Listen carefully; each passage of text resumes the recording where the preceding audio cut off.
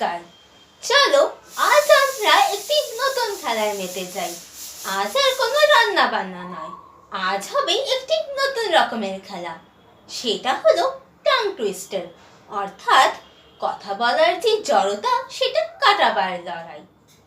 এতে অনেক রকমের বেনিফিটস আছে, যেটা আমি নিজে পেয়েছি।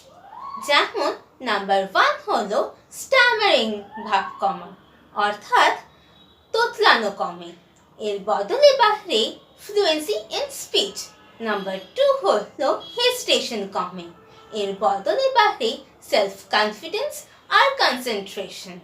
তো এতে কি কি বেনিফিটস হলো? Number 1 fluency in speech, number 2 self confidence আর নাম্বার 3 কনসেন্ট্রেশন। তো চলো শুরু করা যাওয়া যাক আজকে টাং টুইস্টার।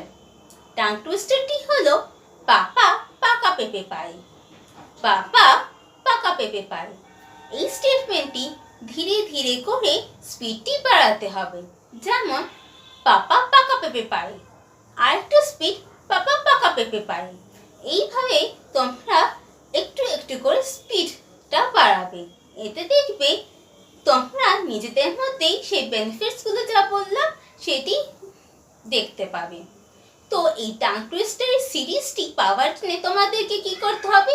এই ভিডিওটি একটু লাইক করতে হবে আর চ্যানেলটি সাবস্ক্রাইব করতে হবে। তো দেখা হচ্ছে নতুন ভিডিওতে নতুন টাং টুইস্টারের সাথে। টাটা।